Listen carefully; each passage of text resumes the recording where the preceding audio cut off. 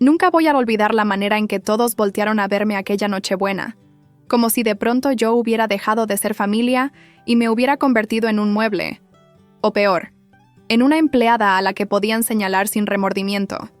La casa estaba llena de luces, velas color vino, el olor a pino recién cortado, y ese murmullo tenso que siempre aparece cuando mi familia se reúne. Pero lo que realmente me desgarró fue escuchar la voz de mi tía Silvia, firme, seca, ordenándome que recogiera los platos, porque para eso había venido. Me quedé congelada con la charola entre las manos. Yo había llegado pensando que sería una cena familiar como cualquier otra, que quizá por un momento podría sentirme parte de algo. Pero no. Todos mis tíos, mis primos y hasta mi propio hermano evitaron mi mirada cuando pregunté qué estaba pasando. Nadie dijo nada. Solo señalaron la mesa, como si mis manos existieran únicamente para servirlos. Era humillante, pero lo que más dolió fue la indiferencia. Ese silencio que te hace sentir que no vales nada. Me puse el mandil que me extendieron. Todavía puedo sentir la tela áspera contra mi cuello. Y me acerqué a la mesa mientras ellos continuaban conversando de inversiones, viajes y propiedades heredadas, como si yo no tuviera derecho siquiera a sentarme. Lo que no sabían, lo que ninguno de ellos imaginaba, era que en mi cuenta dormían 15 millones, un dinero que jamás pedí, que jamás presumí, y que guardaba como un secreto que me pesaba más que cualquier deuda emocional que tuviera con ellos. Mientras les servía los platos, veía los rostros satisfechos, cómodos, dueños de un mundo en el que yo solo existía como sombra. Pensé en irme. Pensé en gritarles. Pensé incluso en revelarles todo, dejar caer la bomba sobre la mesa y ver cómo cambiaban las miradas. Pero no. Algo dentro de mí me dijo que esa noche aún no había terminado conmigo, que algo más profundo, más doloroso y más necesario estaba por revelarse. Y tenía razón, porque esa Nochebuena, entre el tintinear de las copas y los murmullos que creían que no escuchaba, descubrí por qué realmente me querían allí. Y lo que escuché cambió para siempre la forma en que veía a mi familia. Si esta historia ya te conmovió hasta aquí, cuéntanos en los comentarios desde qué ciudad nos estás viendo y deja tu me gusta para seguir acompañándonos. No sé cómo describir la mezcla de vergüenza y rabia que me recorría mientras llevaba los platos de un lado a otro, con el mandil amarrado tan fuerte que sentía que me cortaba la respiración. Cada paso que daba por el comedor parecía retumbar más que los villancicos que sonaban de fondo, y aún así, nadie me miraba con algo parecido a compasión. Todos estaban demasiado ocupados en sus propias conversaciones, en sus propias copas, en sus propios juicios silenciosos hacia mí. Mi tía Silvia, la dueña de la casa y la emperatriz del drama familiar, fue la primera en hacer un comentario disfrazado de preocupación. «Ay, mijita, qué bueno que viniste», dijo sin ver mi rostro. «Por fin puedes ayudar en algo». Sus palabras cayeron sobre mí como escarcha helada. Ella siempre había sido así, perfeccionista, exigente y cruel de maneras tan sutiles que hasta parecían elegantes. Desde niña me hacía sentir fuera de lugar, como si nunca fuera suficiente. Mi abuelo, que siempre tenía una opinión para todo menos para lo que realmente importaba, levantó la copa y soltó una risa ahogada. «Al menos alguien heredó el espíritu de servicio», dijo mirando a mis tíos. «Porque trabajar es digno, ¿no?». La ironía era casi ofensiva, viniendo de un hombre que jamás levantó un plato en su vida. Mientras colocaba las ensaladas individuales frente a ellos, escuché a mi hermano Marcos hablar en voz baja con mi tío Roberto. Nunca fui buena para ignorar murmullos. Siempre he tenido ese oído que agarra fragmentos que nadie quiere que escuches. «¿Tú crees que ya lo sepa?», susurró mi hermano. «No», respondió mi tío con una seguridad inquietante. «Si lo supiera, no estaría aquí sirviendo». Sentí un escalofrío subirme por la espalda.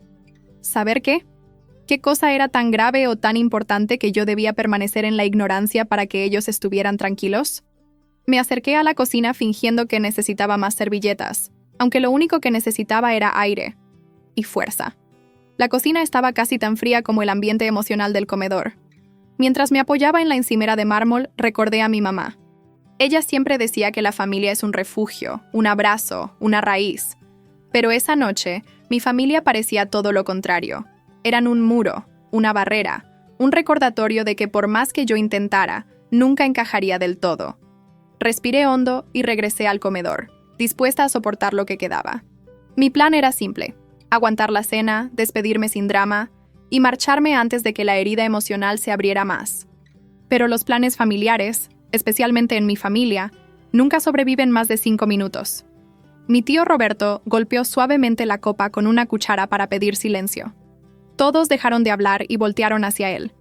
Yo seguí de pie junto a la mesa, invisible pero al mismo tiempo expuesta como un animal en una vitrina.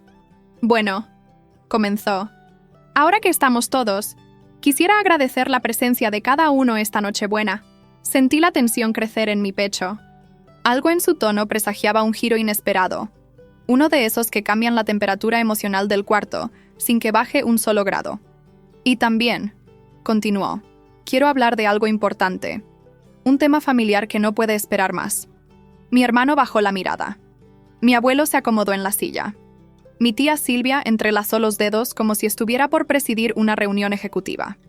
Nadie respiraba con naturalidad, y eso me hizo sentir que, sin quererlo, yo era parte del motivo. Se trata del testamento de tu mamá, dijo mi tío Roberto, mirándome por primera vez esa noche, y no como a una empleada, sino como a un problema. Mi corazón se detuvo por un instante. No era la primera vez que mencionaban la herencia de mi madre. La habían discutido entre ellos durante meses, creyendo que yo no escuchaba, que no entendía, que quizá era demasiado ingenua o demasiado débil para enfrentar el tema, pero nunca lo habían hecho frente a mí. Nos preocupa, continuó mi tío, que aún no sepas administrarlo, que no entiendas la magnitud de lo que te dejó. Mi tía intervino con ese tono pasivo-agresivo que dominaba también.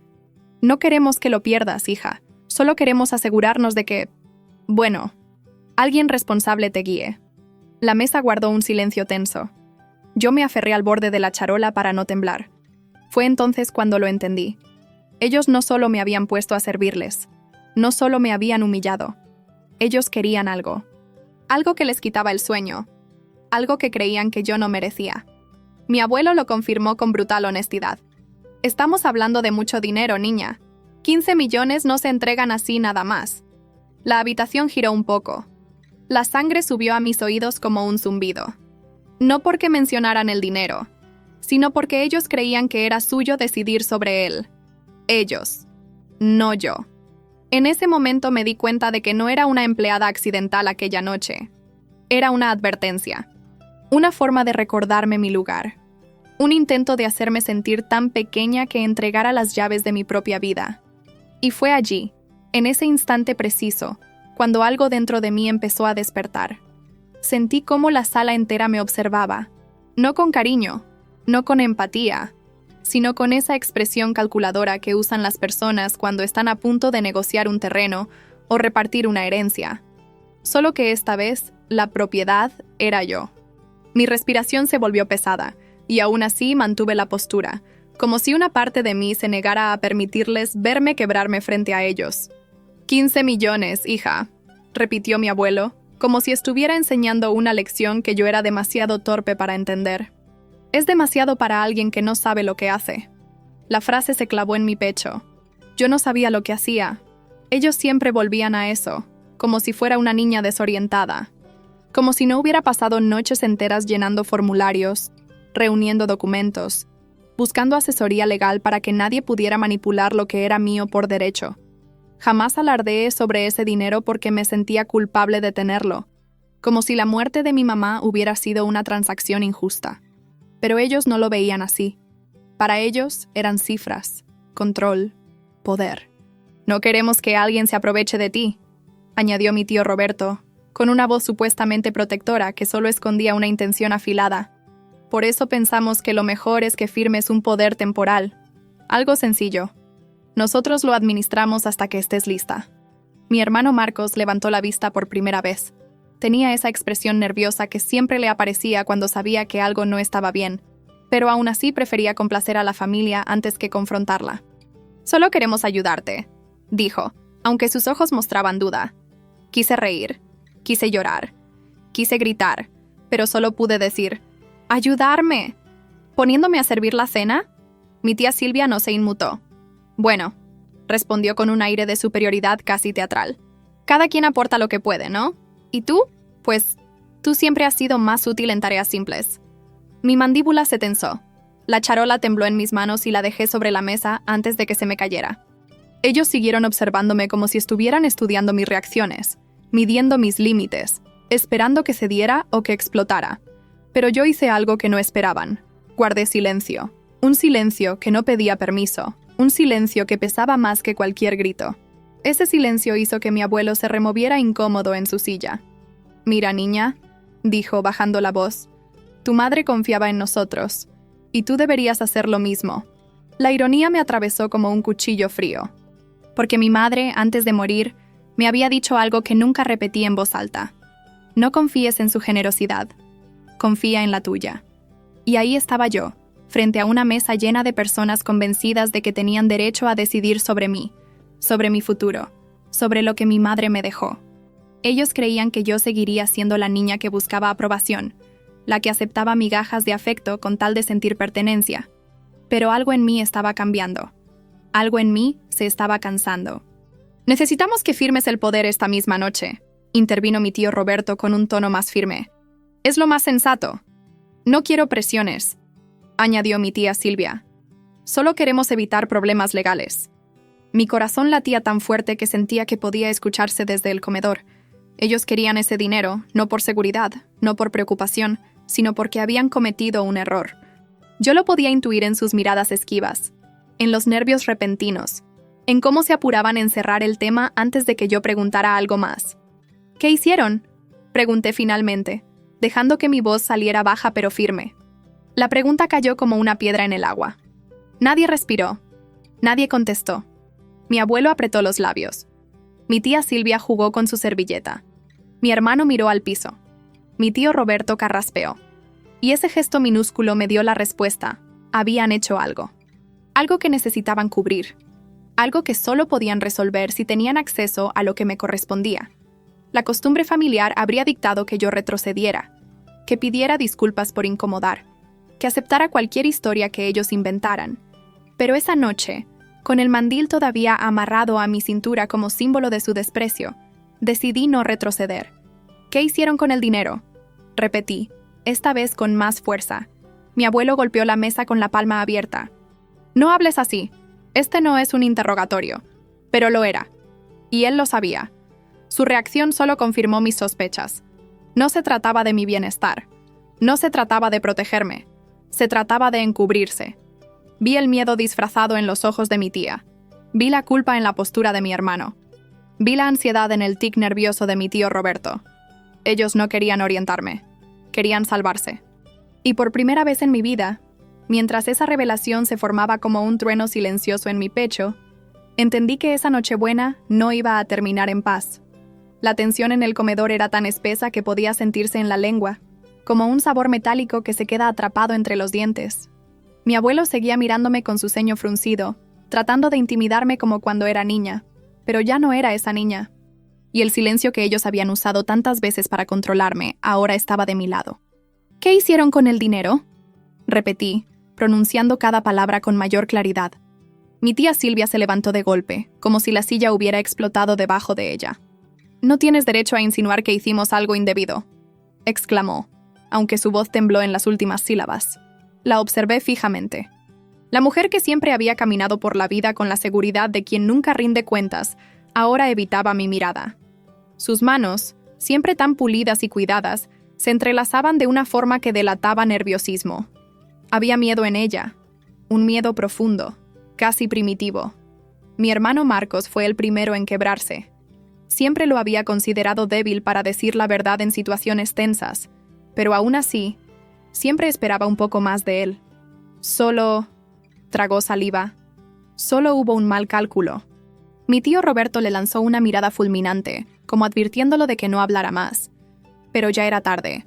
La palabra cálculo ya había encendido un incendio en mi pecho. ¿Un mal cálculo?, pregunté. ¿Con mi dinero? Mi abuelo intentó retomar el control, como si aún tuviera la autoridad para decidir el rumbo de la conversación. Se trata de una inversión, algo que no salió como esperábamos. Pero nada grave. Nada grave. La frase me repugnó.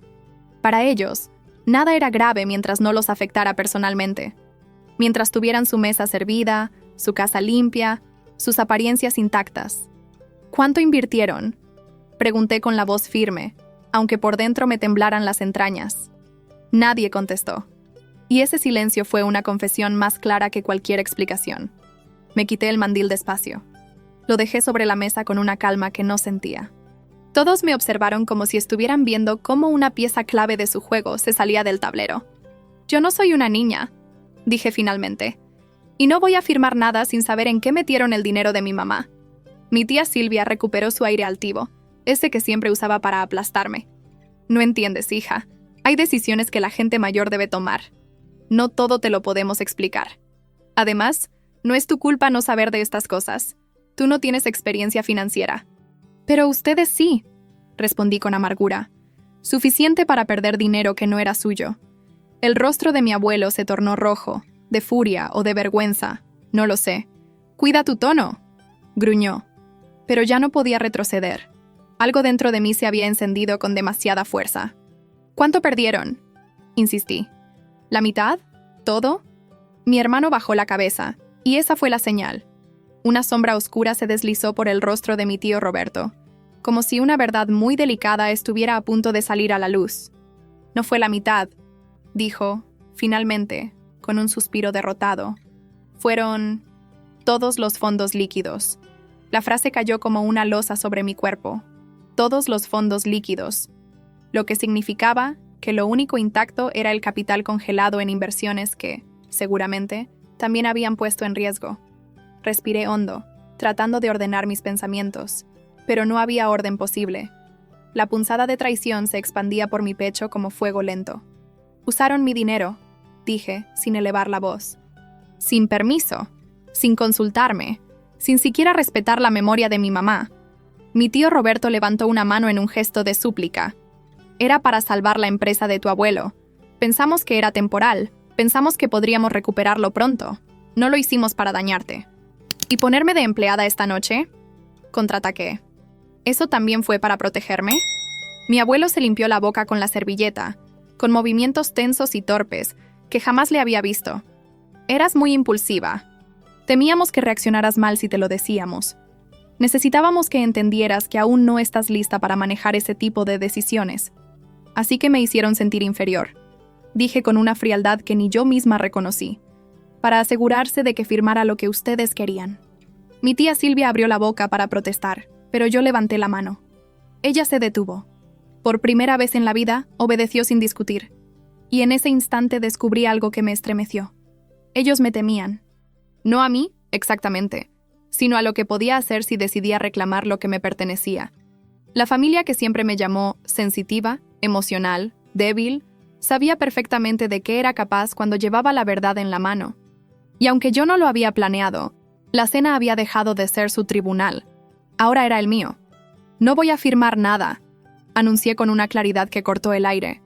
«Y si perdieron algo, tendrán que explicarlo legalmente». Mi abuelo abrió los ojos con verdadero pánico. «Eso arruinaría a la familia», dijo él. Pero yo ya sabía algo que ellos no querían aceptar. La familia ya estaba arruinada. Solo faltaba que alguien lo dijera en voz alta. Mi abuelo seguía mirándome como si pudiera corregirme con la fuerza de su apellido, como si su autoridad moral, esa que él creía intacta, todavía pudiera doblegar mi voluntad. Pero yo ya no era la mujer silenciosa que entró a esa casa temblando con un mandil en la mano. Algo en mí se había roto, o tal vez se había reparado. A veces es difícil distinguir entre ambas cosas. «No vas a hacer eso», dijo él, casi suplicando, aunque intentó disfrazarlo de orden. «No me van a decir qué puedo o no puedo hacer con lo que me pertenece», respondí. Sentí cómo mis piernas dejaban de temblar. Era extraño, como si mi cuerpo finalmente entendiera que ya no estaba sola, que la verdad me acompañaba. Mi madre, de alguna manera, también. Mi hermano Marcos se levantó y se acercó a mí con pasos cautelosos, como si yo fuera una herida abierta. «Por favor, no hagas esto un escándalo», murmuró. «No es tan simple como lo estás viendo. Estamos en un problema serio. Si hablas con un abogado, si haces una denuncia, todo se nos viene encima». «¿Se nos?», pregunté, levantando una ceja. «O sea, ¿todos están involucrados?». Él abrió la boca, pero no respondió. Ese silencio fue más revelador que cualquier palabra. Mis manos comenzaron a sudar, no por miedo, sino por la claridad repentina que se abría paso en mi cabeza. No solo habían invertido mi dinero, no solo lo habían perdido, Habían actuado como un grupo, como una sociedad secreta dentro de la propia familia. Y yo había sido la última en enterarse. Mi tía Silvia volvió a sentarse, pero esta vez ya no conservaba su elegancia habitual. Su postura se veía quebrada, como si estuviera tratando de sostener un edificio que se venía abajo. «Tu abuelo necesitaba ayuda», dijo con voz casi inaudible. «Y pensamos que tu mamá hubiera querido que estuviéramos unidos». La frase me hizo hervir la sangre. Mi mamá. Siempre usaban su nombre cuando necesitaban justificar algo, pero nunca cuando se trataba de protegerme. Mi mamá no hubiera querido que me humillaran esta noche, respondí con firmeza. Y tampoco hubiera querido que tomaran decisiones a mis espaldas. Mi tío Roberto se pasó una mano por el rostro, cansado, derrotado, o quizás furioso porque yo no estaba reaccionando como ellos habían previsto. «Escucha», dijo, «no fue una estafa ni nada ilegal. Fue una mala racha, una mala estrategia. Pero si haces ruido, si involucras abogados, si congelan nuestras cuentas o investigan la empresa, vamos a perderlo todo». «Yo ya perdí lo mío», repliqué. Mis palabras hicieron que mi hermano retrocediera un paso, como si lo hubiera golpeado. «Todavía tienes parte del capital», intervino mi tío Roberto, apresurado. «No lo hemos tocado. Solo necesitamos tiempo. Tiempo. Siempre piden tiempo quienes ya lo agotaron todo. Pero lo peor no era el dinero perdido. Lo peor era que habían decidido humillarme, minimizarme, degradarme, para asegurar mi obediencia. Miré el mandil aún sobre la mesa, arrugado, como testigo silencioso de su estrategia. Me obligaron a servir para que yo absorbiera el mensaje. Tu lugar está debajo. Somos nosotros quienes decidimos. Dependes de nuestra aprobación. Pero ya no dependía. Entonces, hice algo que nadie esperaba. Respiré profundamente y tomé asiento. No para unirme a su mesa, sino para ocupar un espacio que llevaba años negándome. Van a explicarme todo, dije. Desde el principio, con cifras, con nombres, sin ocultar nada. La reacción fue inmediata. Mi abuelo negó con la cabeza. Mi tía se llevó una mano al pecho. Mi hermano se apoyó en la pared. Y mi tío Roberto apretó los puños sobre el mantel. «No podemos», dijo él. «Entonces yo sí puedo ir a buscar respuestas donde corresponda», respondí mientras sacaba mi celular del bolsillo. El simple gesto los descompuso. Era como si hubiera colocado una pistola cargada sobre la mesa. Pero no era un arma. Era independencia. Era justicia. Era la libertad que ellos temían. «No», gritó mi abuelo, incorporándose bruscamente. «No puedes exponer a la familia así. Hay cosas que deben quedarse entre nosotros». «Las cosas que se quedan entre nosotros», respondí, sintiendo cómo la voz me ardía por dentro, «son las que destruyen todo desde adentro». La Navidad seguía brillando alrededor, ridículamente hermosa, ajena al derrumbe emocional que vivíamos. Las luces titilaban en el árbol. Los villancicos seguían sonando, y el aroma a romero y a pavo recién salido del horno seguía flotando en el aire. Nochebuena, la noche que se supone que une, la noche que se supone que perdona. Pero la mía se estaba convirtiendo en un espejo de verdades incómodas. Mi tía Silvia fue la primera en quebrarse. La máscara se le cayó por completo. Las lágrimas empezaron a brotarle, no de tristeza, sino de desesperación pura. «No lo entiendes», dijo con un hilo de voz. «Si esto sale a la luz, tu abuelo podría perder la casa. Podríamos perder la empresa familiar. Tu primo podría ir a juicio. Todo se vendría abajo». Mi corazón dio un vuelco. ¿Primo? ¿Juicio? Ellos tenían más secretos. Muchos más. «¿Qué hicieron?», pregunté sintiendo un frío seco recorrerme la espalda. Mi hermano Marcos se cubrió el rostro con las manos, como si no pudiera soportar el peso de lo que estaba por revelarse. Y fue entonces, en ese silencio espeso, cuando supe que aún no había escuchado lo peor, lo más oscuro, lo que realmente los hacía temblar. Mi respiración se volvió casi imperceptible. La manera en que mi hermano se cubría el rostro, como si quisiera desaparecer, me dijo que el secreto que estaban ocultando no tenía que ver solo con inversiones fallidas. Era algo más grande, más oscuro, algo que podía explicar por qué esa noche, en vez de tratarme como familia, habían necesitado aplastarme hasta dejarme sin voz. «¿Qué hicieron?», repetí, esta vez más lenta, más consciente, como si al pronunciarlo pudiera abrir una puerta que llevaban años manteniendo cerrada. Mi tía Silvia fue la primera en romperse por completo. Sus hombros temblaban, y se aferró al borde de la mesa como si necesitara sostenerse para no caer al piso. No queríamos involucrarte en esto. No sabíamos cómo decírtelo. Susurró, con ese tono de tragedia que ella siempre usaba cuando la culpa comenzaba a respirar muy cerca de su cuello. Mi abuelo la interrumpió con un gesto brusco. «Silvia, suficiente», rugió, pero su voz ya no tenía la fuerza de antes. Era un león viejo, al que de pronto habían acercado demasiado al fuego. Fue entonces cuando noté que mi primo Daniel, hijo de mi tío Roberto, no había levantado la vista en toda la noche. Permanecía rígido, casi inmóvil, como si el aire mismo fuera una amenaza. Sus manos estaban entrelazadas sobre sus rodillas, tensas, blancas como el mármol del piso. Me giré hacia él. «¿Tiene que ver contigo?» No respondió, pero el temblor casi imperceptible de su barbilla dijo más que cualquier palabra. Mi tío Roberto dejó escapar un suspiro profundo. Esa clase de suspiro que uno suelta cuando ya no puede sostener una mentira más. «Tu primo se metió con gente equivocada», comenzó midiéndose cada palabra. «Prestó dinero para un negocio rápido. Le prometieron que en cuestión de semanas duplicaría el capital. Ya sabes cómo es, impulsivo, confiado. Y necesitaba dinero», agregué, completando la frase que él no era capaz de pronunciar. Mi tío cerró los ojos unos segundos. «Sí, mucho dinero». Un nudo se formó en mi garganta. «¿Y usaron el mío?» Silencio. Silencio espeso. Culpable. Abismal. «Era temporal», dijo finalmente mi tía Silvia. «Solo hasta que él pudiera regresar lo que tomó». «Pero no pudo», añadí, mi voz quebrándose apenas. «¿Verdad?» Mi abuelo golpeó la mesa con tanta fuerza que la vajilla tintineó. «No entiendes nada. Tuvimos que protegerlo. Si no pagábamos, habrían ido tras él. Tú no sabes lo que esa gente es capaz de hacer». Sentí el piso moverse bajo mis pies. Ahí estaba la verdad. La verdadera razón detrás de todo. La raíz oculta de su pánico.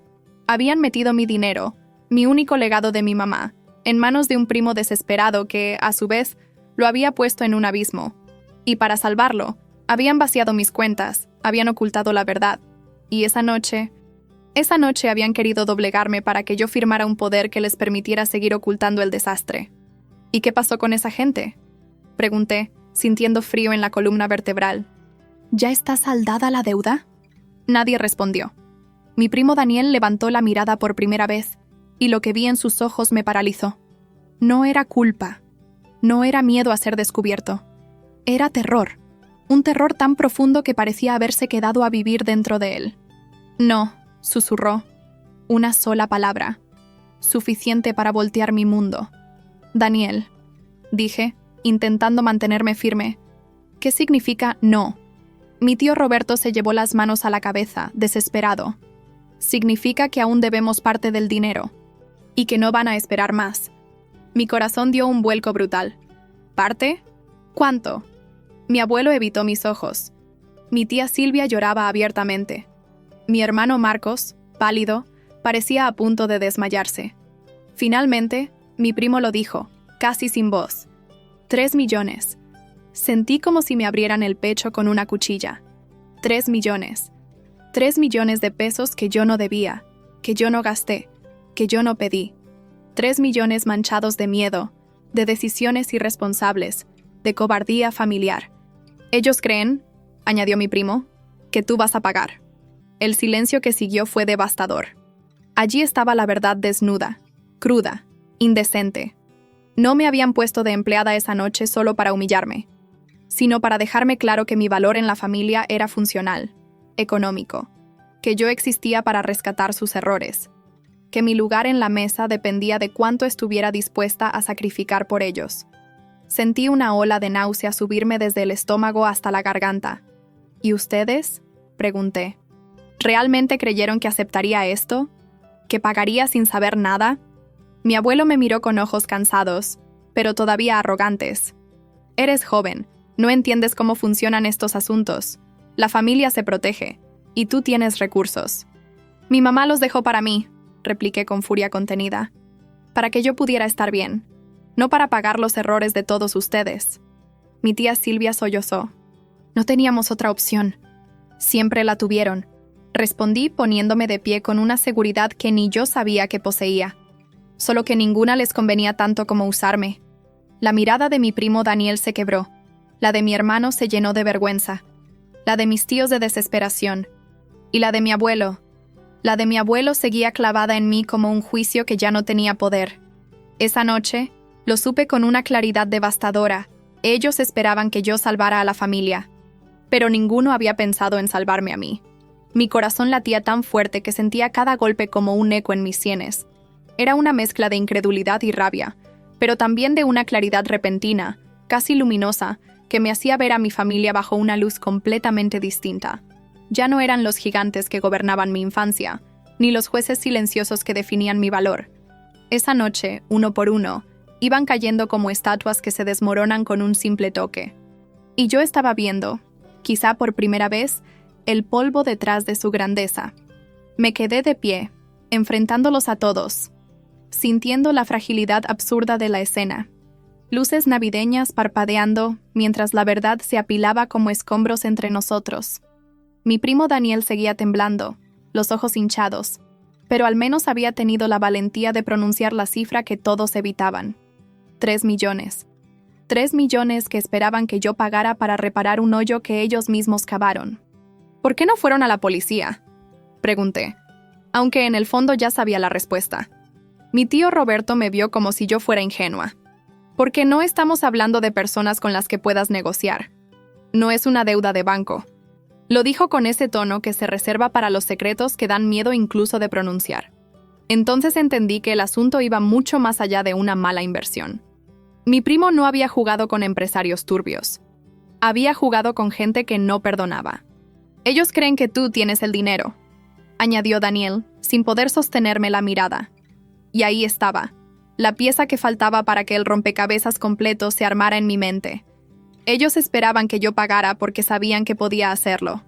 Porque sabían que tenía una reserva intacta, una que nunca mencioné, una que guardaba porque mi madre me pidió cuidarla, una que ellos ahora veían como la solución a todos sus problemas. Mi tía Silvia se limpió las lágrimas con un gesto desesperado. Tu mamá confiaba en nosotros, hija. Lo hacía, pero también sabía que a veces necesitábamos apoyarnos unos a otros. No es justo que tú tengas tanto y no quieras ayudar. La frase me hirió de un modo especial. Ese no es justo. Era la voz que me había perseguido durante toda mi vida. Cada vez que destacaba, cada vez que tenía algo bueno, cada vez que mostraba una luz propia. Ellos encontraban la forma de apagarla un poco, de hacerla sentir indebida. ¿No es justo?, pregunté, sintiendo que las palabras me ardían en la garganta. ¿Les parece justo haber usado mi dinero sin permiso? ¿Les parece justo haberme puesto a servirles como si fuera una empleada? ¿Les parece justo ocultarme todo esto mientras ustedes esperaban que yo firmara un poder que me dejaba sin control de nada? Mi abuelo respiró hondo, cansado, derrotado, pero todavía dispuesto a imponer su sombra. Tu madre dejó en mis manos la responsabilidad de guiarte, dijo él. Y si ella estuviera aquí, haría lo que nosotros estamos haciendo. Yo di un paso hacia él. Sentí un temblor suave en mis piernas, pero no de miedo, sino de indignación contenida. Mi mamá no los eligió a ustedes para decidir por mí, respondí con voz baja, pero firme. Los eligió para acompañarme, y fallaron. Mi hermano Marcos alzó la vista, los ojos rojos por la vergüenza. Él siempre fue el más cercano a mí, el que compartió conmigo secretos de adolescencia, el que me defendió en la primaria. Pero esa noche él estaba al otro lado, en el equipo equivocado. No queríamos perderlo todo, dijo finalmente. Pensamos que si tú ayudabas, podríamos salir adelante. ¿Y yo?, pregunté. ¿Quién piensa en mí? Nadie respondió, porque la respuesta era obvia. Nadie había pensado en mí. Me senté lentamente, agotada, el cuerpo vibrando por dentro. A veces cuando la verdad llega, no explota, se derrumba, como un edificio viejo que se desmorona sin aviso. Quiero saberlo todo, dije. No solo lo de la deuda, todo. Mi tía Silvia se removió incómoda. Mi abuelo se cruzó de brazos. Mi tío Roberto bajó la mirada. Y mi hermano cerró los ojos como si la realidad le quemara por dentro. Hay más, dijo Daniel con un susurro. Mi garganta se cerró. ¿Qué más? Él tragó saliva, se limpió las manos en el pantalón, y las palabras salieron torpes, rotas.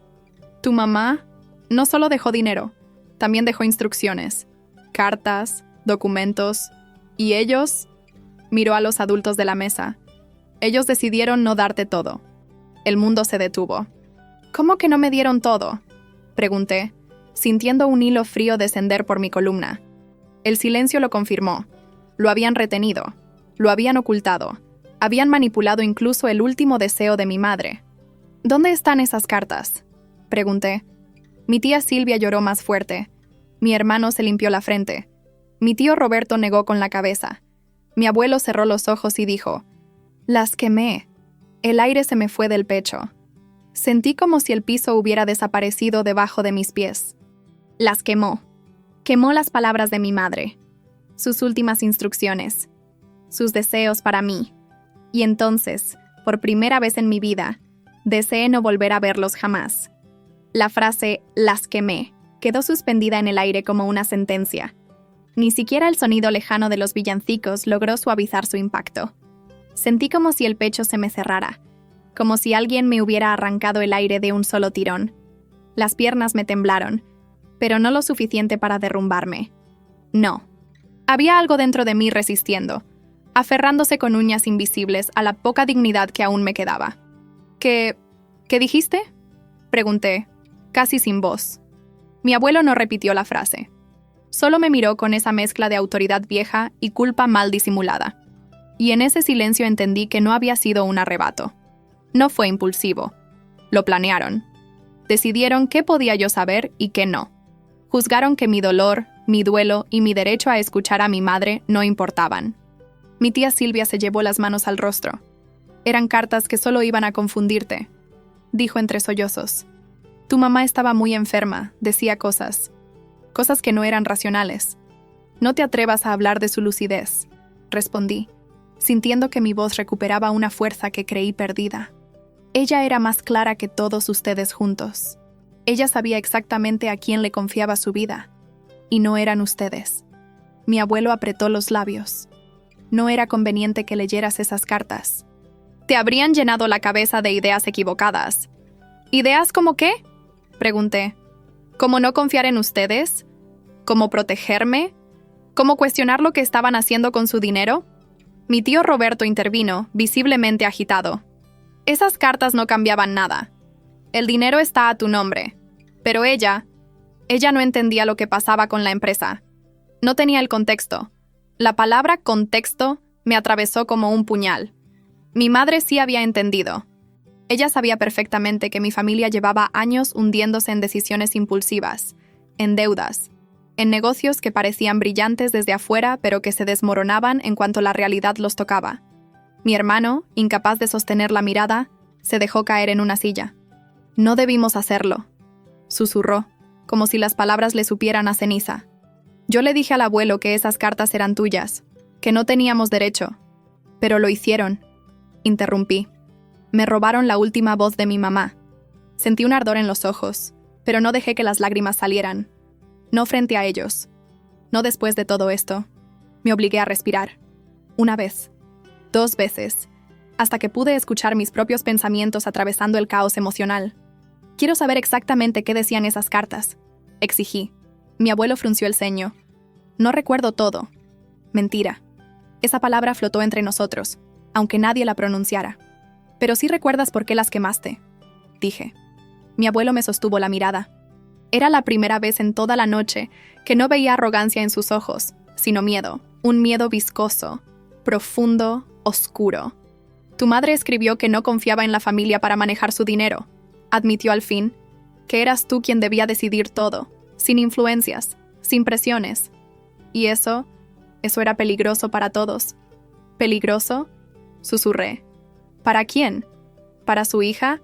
¿O para quienes querían controlar lo que dejó? El silencio lo confirmó todo. Mi primo Daniel se levantó de golpe, respirando con dificultad. No sabíamos que habían quemado las cartas, dijo mirando a sus padres como si fueran extraños. Me lo ocultaron incluso a mí. Mi tía Silvia lo miró con un dolor extraño, casi infantil. No queríamos que nadie cargara con esa decisión. Fue para protegernos, para evitar conflictos. ¿Evitar conflictos?, repetí. ¿Y qué creen que es esto?, La Navidad continuaba detrás de nosotros como una broma cruel. Las luces parpadeaban como si nada estuviera pasando. El aroma del pavo seguía flotando, ignorando que el aire en esa casa se había vuelto irrespirable. Entonces algo se movió dentro de mí. No fue rabia, no fue dolor. Fue una claridad absoluta, casi quirúrgica. Me vi a mí misma sirviendo los platos al inicio de la noche, sintiendo el peso de sus miradas encima. Me vi de niña, esforzándome por merecer un lugar en esa familia. Me vi adolescente, siempre insegura, siempre pidiendo permiso para existir. Me vi adulta, todavía esperando una validación que jamás llegaría. Y de pronto entendí que no necesitaba su aprobación, ni su amor condicionado, ni su permiso para proteger lo que era mío. Voy a pedir acceso a los registros notariales, anuncié. Quiero revisar todo. La lectura del testamento, los documentos que firmaron, cada movimiento que hayan hecho desde que mi mamá murió. Mi abuelo palideció. Eso podría complicar las cosas. Ya están complicadas. Mi tía Silvia dio un paso hacia mí.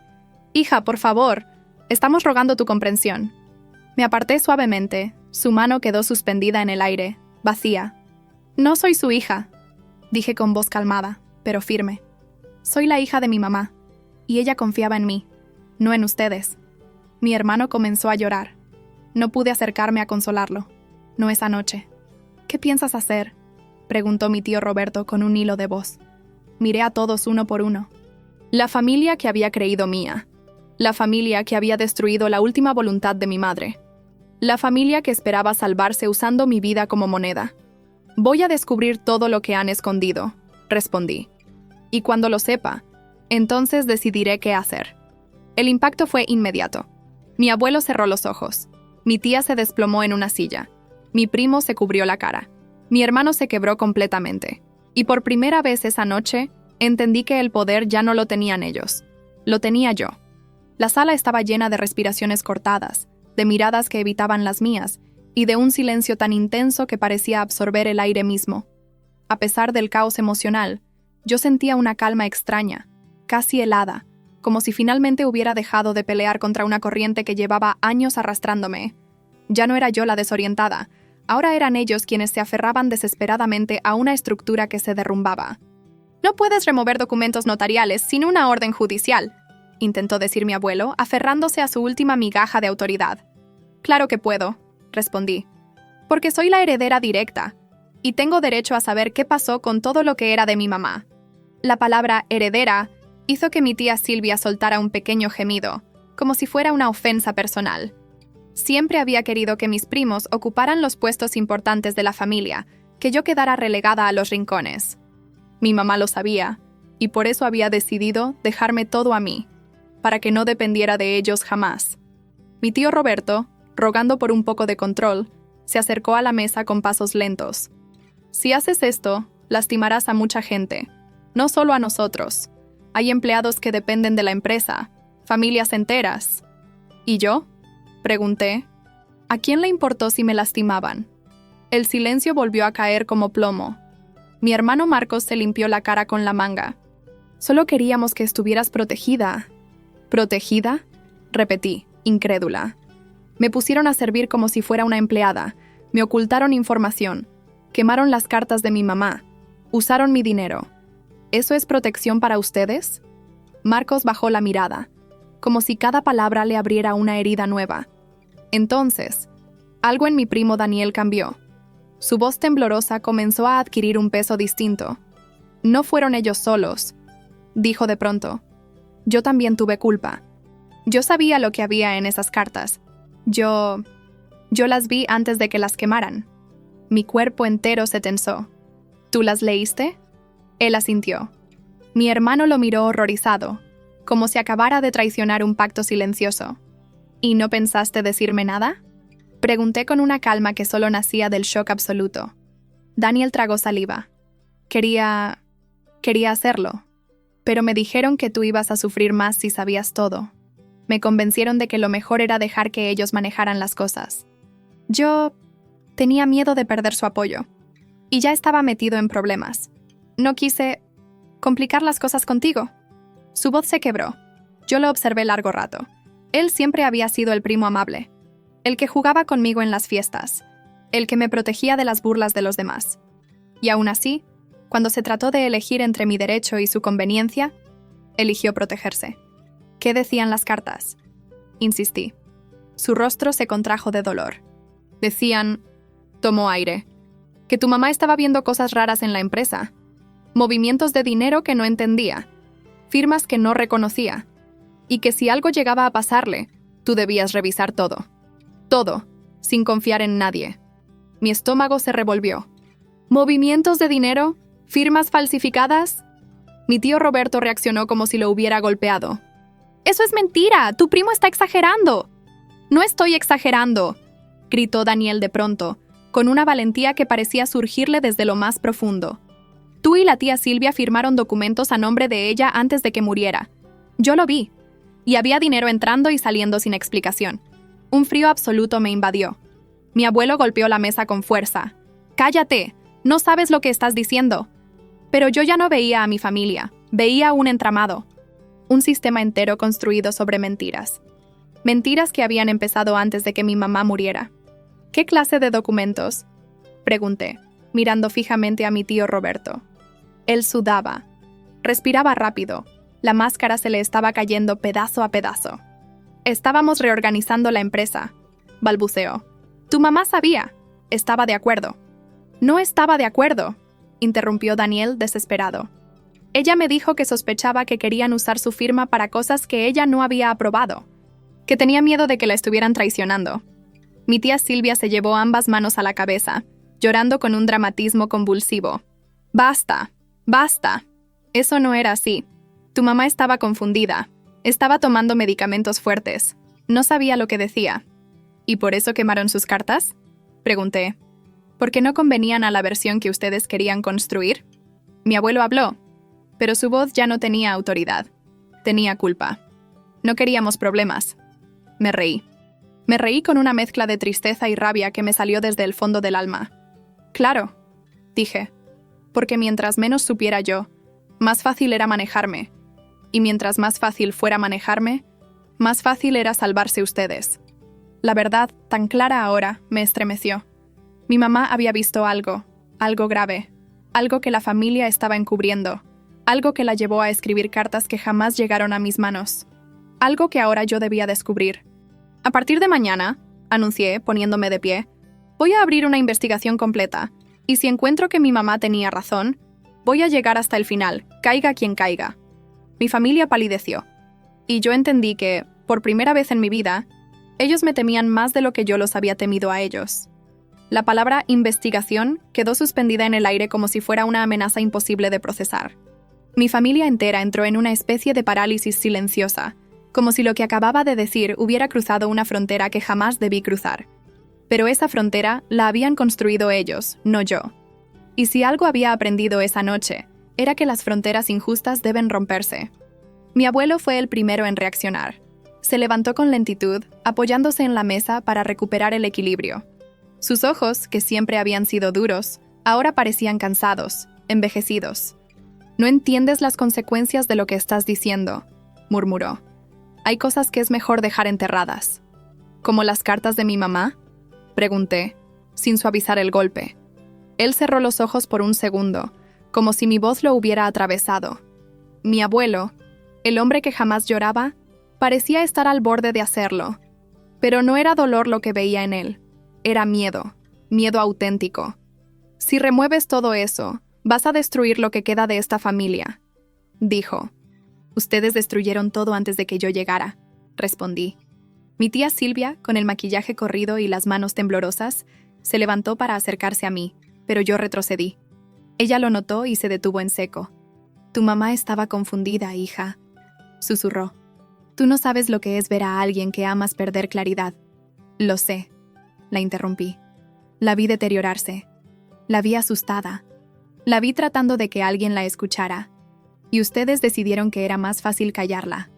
Su rostro se contrajo como si le hubiera arrancado algo por dentro. Mi primo Daniel, con la voz rota, volvió a intervenir.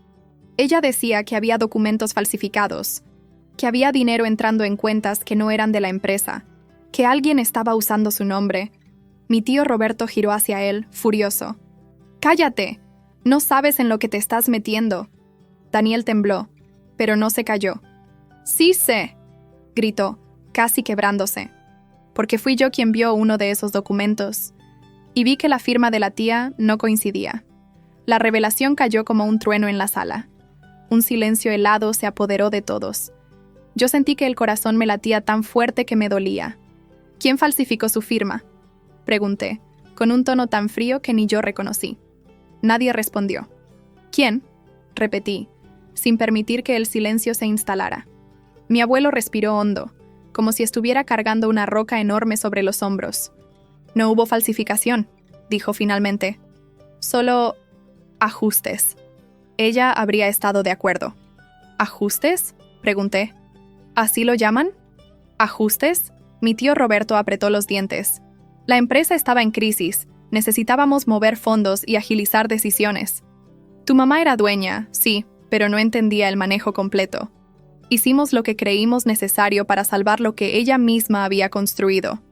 ¿Salvarlo para quién?, cuestioné. ¿Para ustedes? Mi tía Silvia lloraba sin control. No era así. No queríamos hacerle daño. Pero se lo hicieron, respondí. Y después me lo hicieron a mí. Mi hermano Marcos tomó aire, intentando ser la voz conciliadora, como siempre. Por favor, no lleves esto más lejos. Podemos arreglarlo entre nosotros. Dinos qué quieres. ¿Qué necesitas? Podemos hacer un acuerdo. Lo miré largo rato. Él era, quizá, la única persona en esa sala por la que aún sentía un apeguito emocional. Pero incluso él había elegido el silencio. Lo que necesito, dije despacio, no es dinero, no es un arreglo, no es una promesa. Lo que necesito es la verdad. Mi abuelo golpeó el bastón contra el piso. La verdad es que tu madre no estaba en su sano juicio. No podíamos dejar decisiones importantes en sus manos. Me quedé petrificada. Ese ataque directo contra ella me atravesó de una manera que jamás había sentido antes. ¿Eso se dijeron entre ustedes?, pregunté. ¿Que estaba loca? ¿Que no sabía lo que hacía? Él no respondió. No necesitaba hacerlo. Lo había dicho todo. Pues déjame decirte algo, susurré, caminando hacia él. Mi mamá sabía perfectamente a quién debía temerle. Y eran ustedes. Mi abuelo retrocedió un paso. Nunca había visto ese gesto en él. Nunca. Mi primo Daniel rompió a llorar abiertamente. Ella sospechaba que alguien estaba desviando dinero. Dijo con voz temblorosa. Que alguien estaba usando cuentas paralelas. Que había pagos sin registrar. Y dijo que... respiró entrecortado. Que si algo le pasaba, tú debías revisar todo. Mi garganta se cerró. Una parte de mí quería desmoronarse. Pero otra parte, más fuerte, más clara que nunca, me sostuvo. ¿Y ustedes qué hicieron con esa información?, pregunté. Mi tío Roberto contestó con brutal honestidad, como si ya no tuviera fuerzas para mentir. La ocultamos. Sentí algo romperse. Era pequeño, definitivo, irreversible, como un cristal que ya no puede volver a su forma original. A partir de mañana, dije, voy a la notaría, al banco y al contador. Voy a revisar cada documento, cada firma, cada transferencia. Y si encuentro que hubo fraude... Mi abuelo se desplomó en una silla. Mi tía Silvia tembló. Mi hermano sollozó. Mi primo Daniel me miró como si yo fuera lo único que podía salvarlo. Voy a denunciarlo. Terminé. El silencio que siguió no fue de sorpresa. Fue de resignación. Porque todos sabían que el castillo que habían construido estaba hecho de arena. Y la marea había llegado. La palabra denunciar quedó flotando en el aire como un temblor que ninguno de ellos pudo disimular. Era como si ese simple sonido hubiera rasgado la última tela que sostenía la fachada familiar. Mi abuelo se llevó una mano al pecho, como aturdido. Mi tía Silvia se cubrió la boca para contener un grito. Mi tío Roberto bajó la mirada, derrotado. Y mi hermano parecía quebrarse en cámara lenta. Pero yo no temblé. Por primera vez en mi vida, no temblé. Sentí una calma firme asentándose dentro de mí, una claridad que me sostenía como una columna recién descubierta. No era venganza lo que me guiaba. Era dignidad. Era justicia. Era mi mamá, de alguna forma, hablándome desde un lugar donde ya nadie podía quemar sus palabras. Mi hermano Marcos fue el primero en dirigirse a mí. «Por favor», susurró. «No lo hagas. No entiendes lo que significaría. Yo puedo ayudarte a revisar cosas. Podemos buscar soluciones juntos, sin lastimar a nadie. Su voz estaba rota, y por un instante, una fibra muy pequeña de compasión se movió dentro de mí. Pero la realidad era contundente. Él había estado ahí todo este tiempo. Había sabido más que yo. Y aún así, eligió guardar silencio. Marcos, dije suavemente, si realmente quisieras ayudarme, no habrías permitido que quemaran las cartas de mamá. No te habrías quedado callado mientras usaban mi dinero. No habrías sido parte de esto. Él bajó la cabeza. Lo entendió sin que yo necesitara explicar más. Mi tía Silvia avanzó un paso hacia mí, casi de rodillas, con un ruego desesperado que jamás le había visto. Nos equivocamos, balbuceó. Estábamos asustados, presionados, desesperados. Tu mamá era nuestra hermana, nuestra amiga. No queríamos fallarle. Pero todo se salió de las manos. Por favor, no nos destruyas. Yo no los destruyo, respondí. Ustedes se destruyeron a sí mismos cuando decidieron traicionar su memoria. Ella gimió como si le hubiera dado una bofetada. Mi primo Daniel, con la voz temblorosa, intentó acercarse. Si denuncias ellos, todos, podrían ir a juicio, incluso yo. No supe detener nada. Fui cobarde. Pero juro que no quería hacerte daño. Lo miré largo rato. De todos, él era el que más se parecía a mí cuando yo era más joven. Alguien que quería agradar, que no sabía decir que no, que confundía lealtad con silencio. Daniel, dije, lo único que puedo prometerte es que voy a buscar la verdad. Y si en esa verdad tú apareces como víctima de la manipulación de ellos, lo veré. Pero si fuiste cómplice, también lo veré. Él asintió con lágrimas cayéndole por las mejillas, como si aceptara un destino inevitable. Mi abuelo, con la respiración agitada, golpeó la mesa con el bastón. ¡Ya basta!, exclamó. No permitiré que arruines todo lo que he construido. No permitiré que arrastres nuestro nombre por el lodo. Esa empresa es el legado de esta familia. Me acerqué a él.